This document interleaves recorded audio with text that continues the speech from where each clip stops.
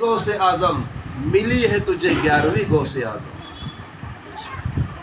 تو پیران پیر بچپنا میں اور بچپنا ہی سے زندگی کے آخری لمحات تک اللہ اور اس کے رسول صلی اللہ علیہ وسلم کی پیروی کرتے رہے۔ ایک مرتبہ کا ذکر تھا، آپ بچپنا میں تھے اور گھر کے باہر بیٹھے ہوئے تھے، ایک فقیر 3 یا 4 دن کا بھوکا اور پیاسا آتا ہے اور صدا لگاتا ہے، اے بیٹا عبد القادر 3-4 دن سے بھوکا ہو، کیا مجھے کھانا ملے گا؟ سیدنا غوث الاعظم رضی اللہ تعالیٰ گھر میں جا کر دیکھتے ہیں تو گھر میں بھی کچھ نہیں ہے۔ اماں سے پوچھتے، اماں سائل آیا ہے، کچھ مانگ رہا ہے، کھانے کے لیے کچھ ہے؟ اماں کہتے ہیں، بیٹا ابھی تو گھر میں کچھ نہیں ہے، قربان جائیے، یہ وہ در اقدس ہے، رسول اللہ صلی اللہ علیہ وسلم کی آل ہے، آپ رسول کی اولادوں میں سے ہے غوث الاعظم۔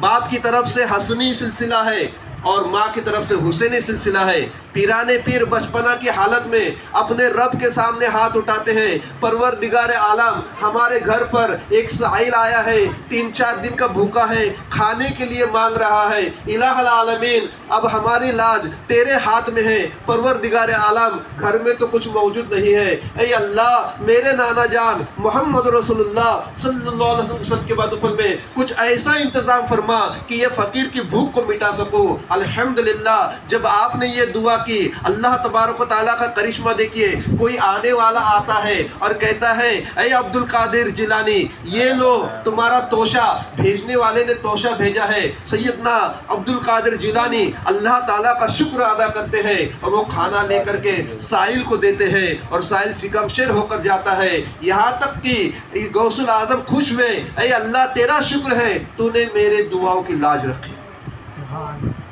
یہ پیران پیر ہے ایمان والوں، بچپنا میں بھی دعا کرے تو اللہ تعالیٰ ان کی دعاؤں کو قبول کرے۔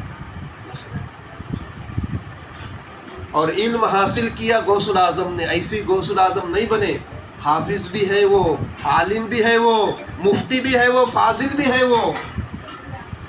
لیکن آپ نے کبھی سنا مفتی شیخ عبد القادر جیلانی؟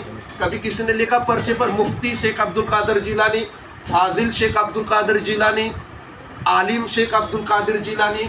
کوئی پرچے پر آپ نے لکھا ہوا دیکھا؟ کبھی کس کے زبان سے سنا ہوا بھی سنا نہیں؟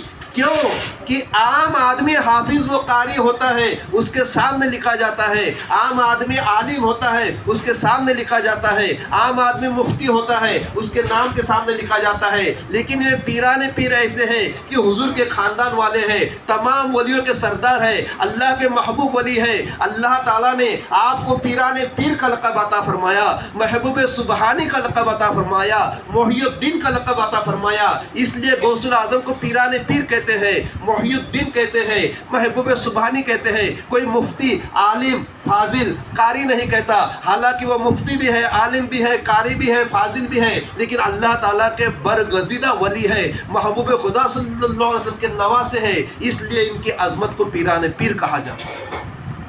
جب علم حاصل کرتے تھے بچوں، آپ بھی علم حاصل کر رہے ہو، غوث الاعظم جب پڑھائی کرتے تھے نا، اور جب دوران پڑھائی ان کو نیند کا غلبہ آتا، آپ نے سنا ہوگا مدرسے میں اکثر یہ باتیں بچوں کو بتائی جاتی ہیں، تو آپ کیا کرتے کہ دیوار کی کنٹی سے لکڑی لگی ہوئی رہتی، کنٹی کہتے ہیں، اس کو ایک رسی سے باندھتے اور اس رسی کو اپنے بال سے باندھتے اور پڑھائی کرتے۔